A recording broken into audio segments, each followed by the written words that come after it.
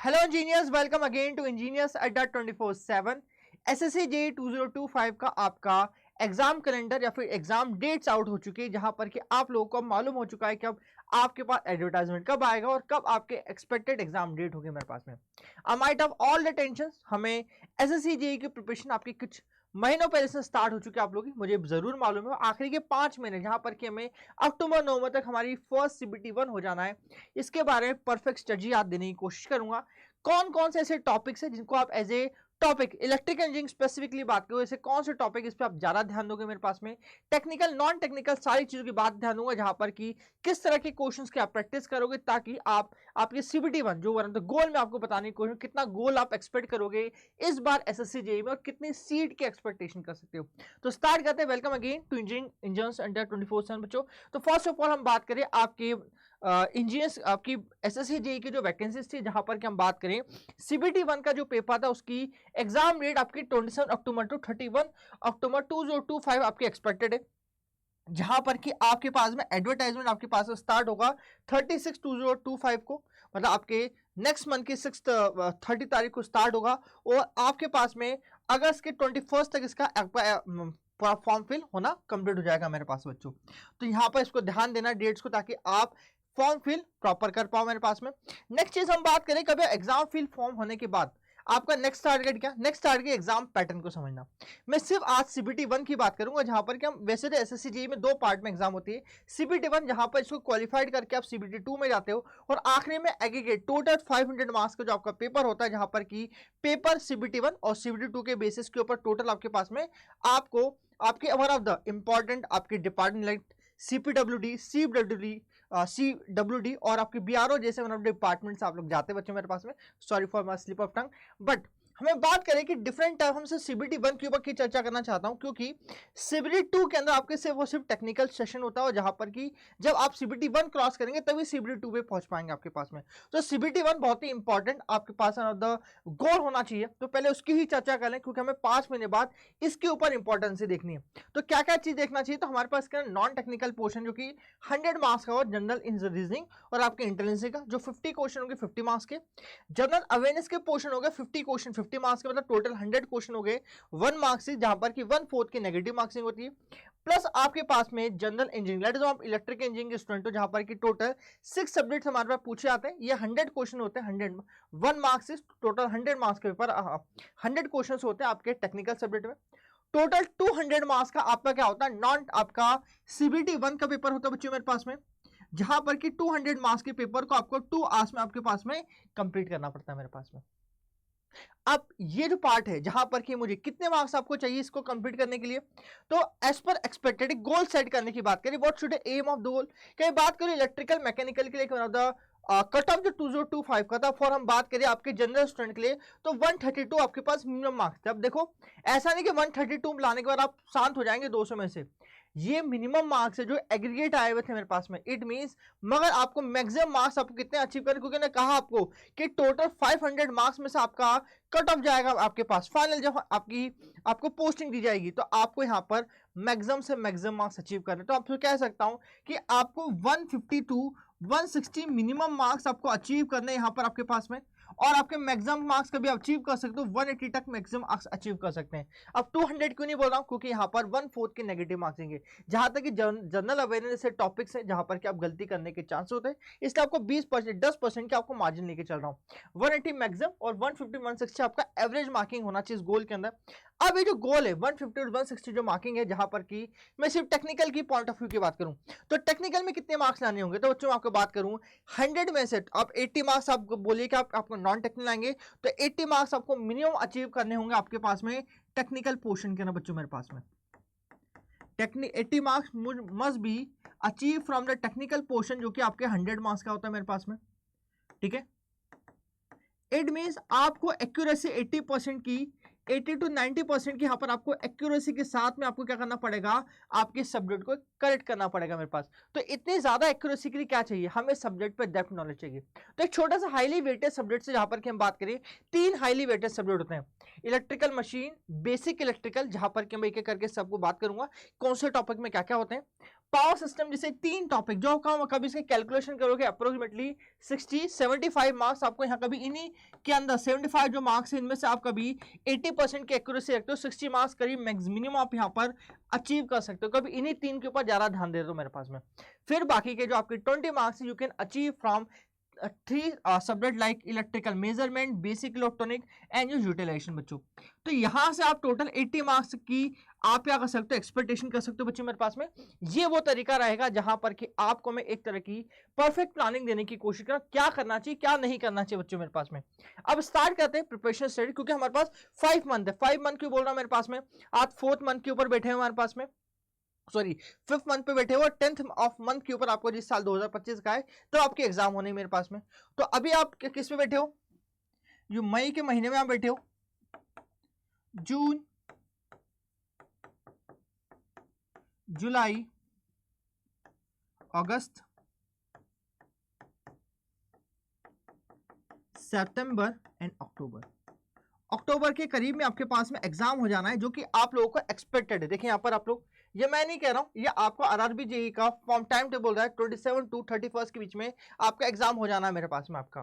तो एग्जाम आपके पास में 10th ऑफ आपके मंथ के अंदर हो जाना, मतलब आपके अक्टूबर मंथ के अंदर इसके एग्जाम हो जाना तय है मेरे पास में। तो कितना महीने का आपका समय बचा, तो हम बात करें आपके पास में फर्स्ट मंथ, अभी आपके पास में मिड ऑफ मंथ चल रहा है मेरे पास में, second month, third month, fourth month and 5th of month. मतलब मेनली आपके पास में 5 मंथ बचे बच्चों इसकी तैयारी के लिए बच्चों मेरे पास में। तो 5 मंथ एक्यूरेटली रूप से आपके बचे हैं इस एग्जाम की प्रिपरेशन के लिए। अब यहां ध्यान दें कि सर आखिरी महीने तक एग्जाम को लेके जाएं, नहीं बच्चों। जब लास्ट मंथ के एग्जाम होते तो यहां पर सिर्फ और सिर्फ हम आखिरी का महीना आपकी एमसीक्यू प्रैक्टिस प्लस आपके शॉर्ट नोट से रिवीजन के लिए से रखते हैं हमारे पास में आपकी। तो इस मंथ को आप पूरी तरह से छोड़ दीजिए मेरे पास में, ये सिर्फ आपके पास में रिवीजन प्लस आपके पास में फुल लेंथ टेस्ट लगाने के लिए होता है मेरे पास में आपका। ठीक है, तो ये मंथ 5th मंथ छोड़ दे तो आपके पास में 4 मंथ बचे, 1 2 3 4 मंथ विल बी रिमेनिंग, जहां पर कि आपको सीबीटी 1 के साथ सीबीटी 2 पे भी ध्यान है, क्योंकि आपने ध्यान दिया था सीबीटी 2 की एग्जाम आपके 1 से 1.5 महीने बाद ही हो गई थी। तो हमें यहीं पर ही आपके पास में आपके टॉपिक को इन डेप्थ आपको यहाँ पर समझना पड़ेगा। तो स्टार्ट करते हैं इसके प्रिपरेशन स्ट्रेटेजी कैसे करेंगे। तो स्टार्ट करें बच्चे यहाँ से हम लोग एक एक मंथ के हिसाब से। पहले तो हम सबसे टॉप सब्जेक्ट समझना स्टार्ट करें। सबसे पहले मैं आपको इलेक्ट्रिकल मशीन के हिसाब से आपसे बात करना चालू करूं। एज ए सब्जेक्ट ग्रुप में इलेक्ट्रिकल मशीन की बात करूं आपसे मैं, तो electrical machine as a subject group में आपके कौन कौन से ऐसे सब्जेक्ट्स हैं जो कि आपको सबसे ज्यादा ध्यान देना जरूरी है बच्चों मेरे पास में। तो एज ए इलेक्ट्रिकल मशीन के ऊपर आपके पास में हमारे questions open circuit test, short circuit test और इफिशियंसी की बहुत ज्यादा पूछे गए थे इन प्रीवियस सीबीटीज की। हम लोग बात करें आपके पास में ट्रांसफार्मर से भी स्पेसिफिकली हम लोग बात करें आप लोगों से टेस्ट, ठीक है, इफिशियंसी के बेस के क्वेश्चंस आपके मोस्टली पूछे गए थे, और कुछ क्वेश्चन आपके पास में संपना टेस्ट के मतलब बैक टू बैक टेस्ट के हमारे पूछे गए थे। प्लस हम बात करें आप लोगों के पास में हमारे पैरेलल ऑपरेशन बेस के क्वेश्चन पूछे गए थे हमारे पास में। तो इस तरह के क्वेश्चन जो आपके वन लाइनर क्वेश्चन हो, शुड कंडीशन मस्ट कंडीशन कौन सी होती है मेरे पास पैरेलल ऑपरेशन के आपके पास में, इन कंडीशन को ध्यान देना है। प्लस आपके पास में 3 फेज ट्रांसफर में पूछा गया था स्टार टू स्टार कहां इस्तेमाल होता है, आपके डिस्ट्रीब्यूशन ट्रांसफर के अंदर delta two star, star delta किस तरह के एप्लीकेशन पे काम होगा। इस तरह के क्वेश्चन आपके पास में 3 फेज ट्रांसफॉर्मर पे क्वेश्चन आपको यहाँ पर पूछे गए थे बच्चों मेरे पास में हम लोग। ठीक है, यहाँ के न्यूमेरिकल तैयार करना, यस आपको यहाँ पर न्यूमेरिकल भी तैयार करना पड़ेगा, but of the basic nature, जहां पर कि आप लोग यहाँ पर तैयार कर पाएंगे कि केवी रेटिंग किस तरह से निकाल सकते हैं ऑटो ट्रांसफर की। इस तरह के क्वेश्चन आप लोग स्टार्ट कर सकते हैं मेरे पास में।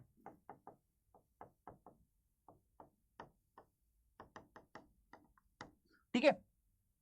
वही मैं आप लोगों से बात करूं एक और ट्रांसफर के बाद में आपकी इलेक्ट्रिकल ट्रांसफर के बाद में आता है आपके पास में इंडक्शन मशीन। तो इंडक्शन मशीन के जब सवाल पूछा जाता है आपके पास में कि इंडक्शन मशीन से क्या पूछा जाएगा, तो इंडक्शन मशीन को स्पेसिफिकली हम लोग बात करें आप लोगों से, तो इंडक्शन मशीन में से आपकी टॉर्क वर्सेस स्लिप कैरेक्टरिस्टिक, जहां पर कि हम बात करते हैं कि आपके स्लिप और वोल्टेज के बीच में रिलेशन किस तरह के होते हैं मेरे पास में, जहां पर कि बोलते हैं स्लिप आपके वोल्टेज क्या होता है इनवर्सली प्रोपोर्शनल होता है, तो बोलते हैं स्पीड के चेंज करने से वोल्टेज में कैसे चेंजेस आते हैं, इस तरह के क्वेश्चन। या फिर आपकी हमारा जो स्टार्टिंग का तरीका है जहां बात करते हैं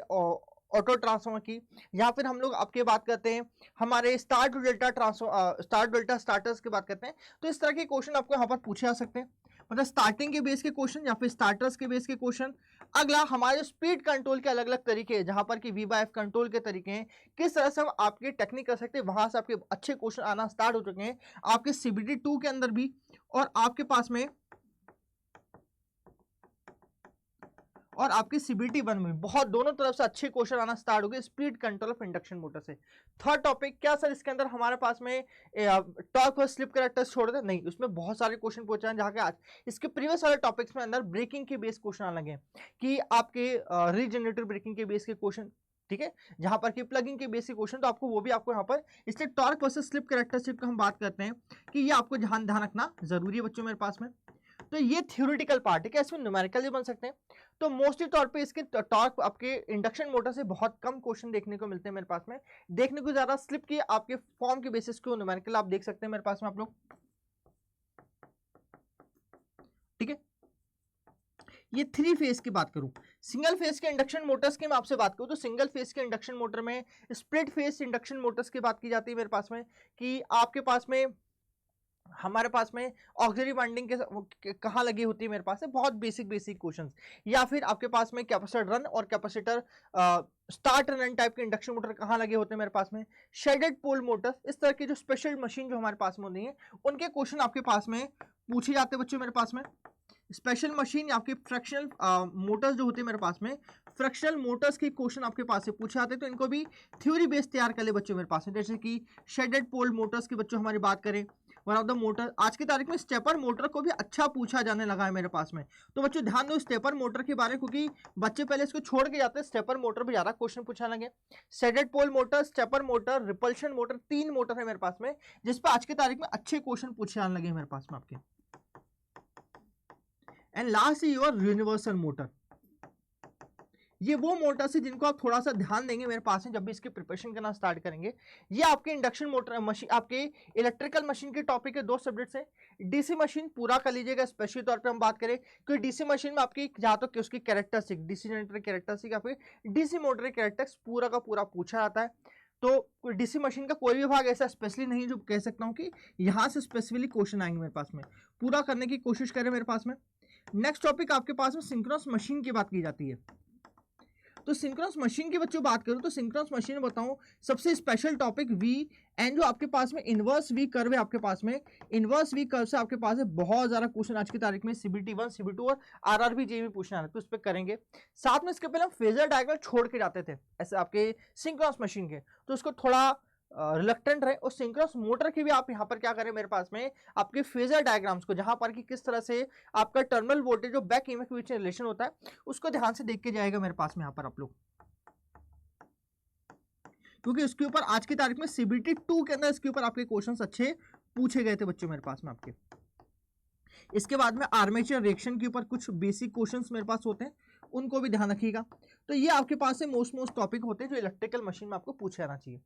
नेक्स्ट जब हम बात करें में से 3 सब्जेक्ट मेन जो आपके पास में है, electrical machine, power system and your basic electrical, इन पर थोड़ा ध्यान दूंगा आपके पास में। अगला टॉपिक आप इनको करना कैसे बच्चों, तो इन सब्जेक्ट का आपके पास 4 सब्जेक्ट्स हैं, मतलब आपको यहाँ पर 4 मंथ की प्लानिंग है बच्चों, तो या तो एक बार में सारा सब्जेक्ट कंप्लीट कर लो,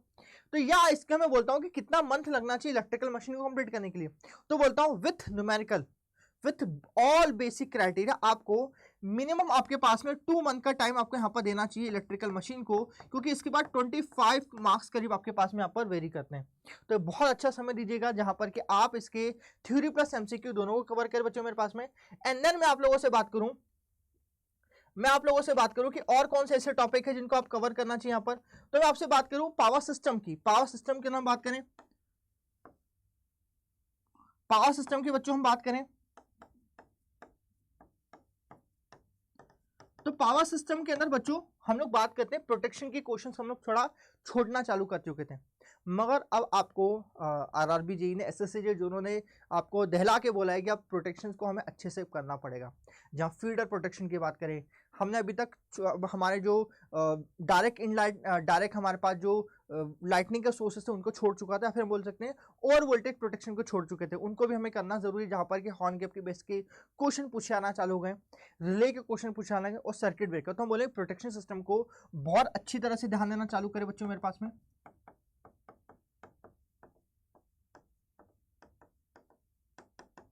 ठीक है, इसके बाद में हमारे पास पावर प्लांट इंजीनियरिंग के ऊपर आपके क्वेश्चन आना चालू हुए मेरे पास में, जहां पर कि पावर प्लांट इंजीनियरिंग पे कैसे बच्चों क्वेश्चन आना चालू हुए थे कि आपके पास में पूछा गया था कि लोड फैक्टर और आपके पास में कैपेसिटी फैक्टर के बीच, पावर प्लांट कैपेसिटी बीच में रिलेशन क्या हो। बहुत छोटे छोटे क्वेश्चन, जैसे कि आपके पास में सोलर पावर प्लांट के बेसिस के ऊपर आपके छोटे जो आपके पास में टूल था उसके बारे में क्वेश्चन पूछे गए। तो पावर प्लांट इंजीनियरिंग को भी अच्छे से टॉपिक में पढ़ लिएगा मेरे पास में, जहां पर कि वेरिएबल लोड हम पावर की बात करते हैं मेरे पास में, वो टॉपिक बहुत ही इंपॉर्टेंट आता है यहाँ पर। इसके बाद में हमारी जो ट्रांसमिशन लाइन की जो पैरामीटर्स हैं इनको थोड़ा ध्यान दीजिएगा मेरे पास में। ट्रांसमिशन लाइन पैरामीटर्स की बच्चों हम बात करें तो transmission line parameter RLC parameter के अंदर आपके पास में जो कोरोना लॉसेस हैं क्या होते हैं, कोरोना लॉस कैसे होते हैं मेरे पास में, फेरेंटी इफेक्ट क्या होता है मेरे पास में, इन सब चीज़ों की जानकारी जहाँ पर कि आपको सब कुछ पूछाएगा। सेक्सुअल जैसे टॉपिक कभी कभी पूछा जाते हैं, मगर इन पर ध्यान दीजिएगा। कभी आप बोलेंगे सर एलसी छोड़ दूं पैरामीटर, तो एलसी पैरामीटर जब तक नहीं समझेंगे आपको इनके फेरेंटी कोरोना लॉसेस जैसे टॉपिक आपको समझ में नहीं आएंगे, तो इसलिए जरूरी इनको समझना जरूरी है। कंसेप्चुअली ऐसा नहीं हो कि बहुत ज़्यादा न्यूमेरिकल पे जाए, न्यूमेरिकली थ्योरी समझना स्टार्ट करें इसके अंदर, क्योंकि वन लाइनर बहुत ज़्यादा काम आते हैं मेरे पास in case of power system की बात करें। ठीक है, शॉर्ट मीडियम और लॉन्ग ट्रांसमिशन है इसमें इंक्लूड हो जाते हैं मेरे पास में। तो ये वो टॉपिक है जिनको पावर सिस्टम पे अच्छा खासा ध्यान देने की कोशिश करो, और मोस्टली कहूँगा कि आप प्रोटेक्शन सिस्टम और पावर प्लांट इंजीनियरिंग पे ध्यान दें, उसका फिर धीमे धीमे जो नीचे आने वाले टॉपिक्स हैं उनको भी आप ध्यान देना चालू करेंगे, जहां पर कि आपके पास में फॉल्ट एनालिसिस की बात होती है मेरे पास में। ठीक है, चलिए अब मैं आपकी इलेक्ट्रिकल, ये आपके कितने मन देंगे इसको भी आप बच्चों ध्यान दो। मिनिमम सबसे पहले आप इलेक्ट्रिकल मशीन उठाएंगे, इलेक्ट्रिकल मशीन के साथ ही मेजरमेंट जैसे छोटा सब्जेक्ट उठाएंगे, फिर जब वो कंप्लीट हो जाता है तो फिर आपके पास से पावर सिस्टम उठाएंगे जो टेक करेगा 1.5 मंथ। इससे आपको टाइम नहीं देना मेरे पास में, क्योंकि इसमें 20 क्वेश्चन करीब यहाँ पर से ही बनते हैं मेरे पास में, तो ऐसा नहीं कि इसको छोड़ देंगे मेरे पास में। फाइनली आएगा आपके पास में इलेक्ट्रिकल सर्किट, और मैं कहता हूं कि इलेक्ट्रिकल सर्किट को भी आपने एक बार स्टार्ट किया तो हो सकता है कई बच्चे इलेक्ट्रिकल सर्किट को 2-2.5 महीने तक घिसते रहते हैं मेरे पास में, ये ना करेगा। इलेक्ट्रिकल सर्किट के साथ में मिनिमम 2 सब्जेक्ट ऐसे लेट्स हम बात करें आपकी यूटिलाइजेशन इलेक्ट्रिकल इंजीनियरिंग जैसे सब्जेक्ट, और या फिर आपके बेसिक इलेक्ट्रॉनिक जैसे 2 सब्जेक्ट एक साथ स्टार्ट करेगा, क्योंकि यहाँ सिर्फ आपको न्यूमेरिकल करना, सिर्फ न्यूमेरिकल की प्रैक्टिस करना है। और न्यूमेरिकल के साथ में जैसे हम रेजोनेंस की बात करें तो रेजोनेंस के क्वेश्चन करोगे, उसके साथ में आपके टॉपिक जब समझ में आएंगे, क्योंकि इतना हेवी सब्जेक्ट नहीं है, बस में प्रैक्टिस मांगता है आपको यहाँ पर। ठीक है, और प्रैक्टिकल साथ में आपके, क्योंकि इतना हेवी सब्जेक्ट मगर मार्किंग्स के ज्यादा है, तो 2 सब्जेक्ट साथ में इसके स्टार्ट कर सकते हो बच्चों मेरे पास में। इसको मिनिमम आपके 1.5 मंथ बच्चों मेरे पास में इसको आप दे सकते हो, जहां पर कि सारे इलेक्ट्रिकल सर्किट के टॉपिक, जहां पर कि डीसी सर्किट की बात करें बच्चों मेरे पास में, एसी फंडामेंटल्स की बात करें बच्चों हमारे पास में, या फिर हम बात करें आपके पास में मैग्नेटिक सर्किट्स की बात करें, मैग्नेटिक सर्किट्स की बात करें। कई बच्चे हैं ना आपके ट्रांजेंट एनालिसिस को छोड़ के चले जाते हैं, मगर इस बार ट्रांजेंट एनालिसिस से भी आरआरबी जेईई में क्वेश्चन बने थे, जहां पर कि आपको लाप्लास ट्रांसफॉर्मेशन पे क्वेश्चन आए थे। तो इन टॉपिक को छोड़ के मत जाना। कई बच्चे ट्रांजेंट एनालिसिस को छोड़ देते, नहीं सर हमें क्या जरूरत है, मगर इसके क्वेश्चन जब आते हैं तो फिर आपके हाथ पांव फूल जाते हैं। तो इसे क्वेश्चन करेगा किस तरह से आपके आरसी का चार्जिंग डिस्चार्जिंग सर्किट, एलसी का चार्जिंग डिस्चार्जिंग सर्किट, ये सारे करके जाएगा। तो ये वो फुल प्रोग्राम है जिसके आप तैयारी करोगे अगले 4 महीने। ठीक है, और मुझे बताइएगा कि आपकी प्लानिंग कैसे रही, और कभी आपको इसकी डिटेल प्रिपरेशन करनी है बच्चों मेरे पास में। इसके डिटेल प्रिपरेशन का ऐसे आपके इंजीनियर सर्टिफिकेट के साथ जुड़ सकते हैं, जहां पर इसकी फाउंडेशन 3.0 बैच आपके पास में, जहां पर कि एसएससी जी का पूरा डिटेल आपको सबमिट कराए, टेक्निकल नॉन टेक्निकल दोनों। हमारे साथ इसके कहाँ जुड़ना स्टार्ट करेंगे, तो इंजीनियरिंग अड्डा के ऊपर आपकी यहाँ पर मिल जाएगा फाउंडेशन बैच, जो कि अभी 2300 की अफोर्डेबल प्राइजेस पे आज ही ज्वाइन कर सकते हैं। इसके लिए आप कांटेक्ट कर सकते हैं, यहीं पर हमारे दिए कांटेक्ट नंबर के ऊपर, और बाकी कमेंट बॉक्स में पिन भी कर सकते हैं। आपको आज का सेशन कैसा लगा बताइएगा, लाइक करेंगे, शेयर करेंगे और सब्सक्राइब करेंगे कभी फर्स्ट टाइम इंजीनियरिंग अड्डा पे ये वीडियो देखे तो। Thank you so much friends.